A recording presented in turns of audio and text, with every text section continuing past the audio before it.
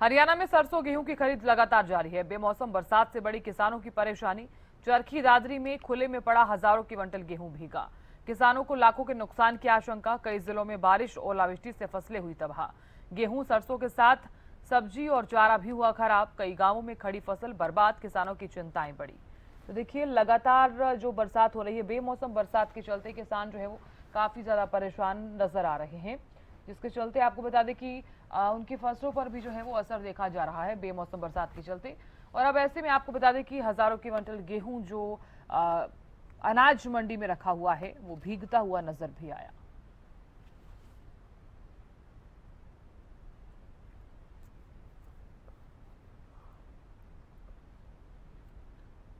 तो बेमौसम बरसात के चलते हालांकि सब्जियों और चारे पर भी जो इसका असर है वो देखा जा रहा है। एक तरफ गेहूं सरसों, दूसरी तरफ सब्जी और चारा जो है वो भी बेमौसम बरसात के चलते खराब होता हुआ नजर आ रहा है। तो जानकारी ले लेते हैं, चरखी दादरी से सुरेंद्र शर्मा जुड़ गए हैं। सुरेंद्र, फिलहाल किस तरह की तस्वीरें नजर आ रही हैं? लगातार बरसात हो रही है, बेमौसम बरसात के चलते किसानों को काफी ज्यादा नुकसान है। जी बिल्कुल, बताना चाहूँगा साधना के मौसम विभाग द्वारा अलर्ट कर दिया गया था। उसके बावजूद भी प्रशासन और मार्केट कमेटी के अधिकारियों द्वारा कोई भी इंतजाम यहाँ नजर नहीं आए। हालांकि उन्होंने दावे बहुत किए थे, लेकिन दावे यहाँ जो देर रात बारिश हुई है उससे बिल्कुल फेल नजर आ रहे हैं। यहाँ देर रात जो बारिश हुई, यहाँ अनाज मंडी में हजारों क्विंटल गेहूं खुले में पड़ा था और वो बिल्कुल भीग गया। मैं अपने पीछे तस्वीर दिखाना चाहूंगा कि आप देख सकते हैं कि जो गेहूं का ढेर है वो पानी में तैरता हुआ नजर आ रहा है। और जो नुकसान हुआ है वो किसानों को लाखों का नुकसान यहाँ नजर आ रहा है। और इंतजाम के नाम पे यहाँ कुछ भी अधिकारियों द्वारा नहीं किए गए। ओनली केवल दावे कर देते हैं, लेकिन जो जब बारी आती है इंतजाम करने की, तब वो उनकी पोल खुलती नजर यहाँ आ रही है।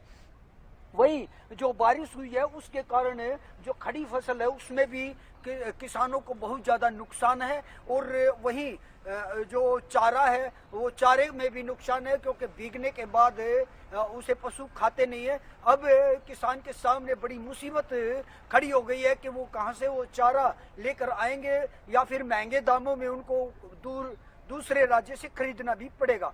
जी साधना। बिल्कुल, निश्चित तौर पर देखिए, क्योंकि बरसात लगातार हो रही है और ऐसे में अगर देखा जाए तो सब्जियों और चारे पर भी इसका असर जरूर देखा जा रहा है। भले ही सरकार तमाम तरह के दावे कर रही हो कि सरकार का साफ तौर पर यह कहना है कि किसानों की फसल का एक एक दाना खरीदा जाएगा, लेकिन अब ऐसे में सबसे बड़ा सवाल ये है कि अगर गेहूं और सरसों की फसल भीग गई है तो उन्हें सुखाना भी होगा, नमी भी जरूर पाई जाएगी, तो गुणवत्ता पर कितना असर देखा जाएगा? जी बिल्कुल साधना, मैं बताना चाहूँगा कि एक अचरज की बात है कि 1 अप्रैल से गेहूं की खरीद शुरू हुई है, लेकिन एक भी दाना एजेंसियों द्वारा यहाँ चरखी दादरी जिला से खरीदा नहीं गया है। जिसका सीधा कारण यही है कि नमी के कारण ये नहीं खरीदा जा रहा। और बेमौसमी जो बारिश हुई है उसके कारण अनाज भीग गया, और जिसके कारण एजेंसियां नहीं खरीद रही हैं। और किसान अब पहले कह दिया जाता था कि अनाज मंडी में जैसे ही गेहूं डलेगा, खरीद होगी, गोदाम में पहुंचेगा, उसके बाद 72 घंटे में किसानों के खातों में रुपए आ जाएंगे।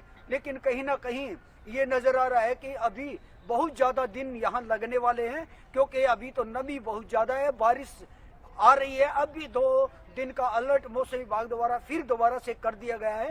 तो इसका सीधा सीधा असर किसानों की आर्थिक स्थिति पे पड़ने वाला है, क्योंकि यही जो मौसम होता है इस सीजन के अनुसार बच्चों की एग्जाम हो जाते हैं और उनकी रिजल्ट आते हैं। उसके बाद अगली कक्षा में उनको जाना पड़ता है, उनका एडमिशन करवाना पड़ता है अभिभावकों को। और कहीं ना कहीं जहाँ किसान अपने बच्चों का एडमिशन करवाना चाहता है वो फसल पे आधारित होता है, और फसल के जब पैसे वाजिब समय पे नहीं मिलेंगे तो कैसे अपने बच्चों का एडमिशन करवा पाएगा, ये भी देखने वाली बात है। जी बिल्कुल सुरेंद्र, देखिए कि तमाम तरह की चीजें लगातार देखने को मिल रही हैं और उस बीच किसानों की फसल खरीद से ठीक पहले नए नियम और नए बदलाव जो सामने आए हैं उसको लेकर किसान काफी ज्यादा चिंतित भी नजर आ रहे हैं। किसानों का साफ तौर पर ये कहना है कि एक तरफ तो बेमौसम बरसात हो रही है, दूसरी तरफ नए नियम बना दिए गए हैं। इसको लेकर क्या तमाम किसानों की तरफ से प्रतिक्रियाएं सामने आई हैं?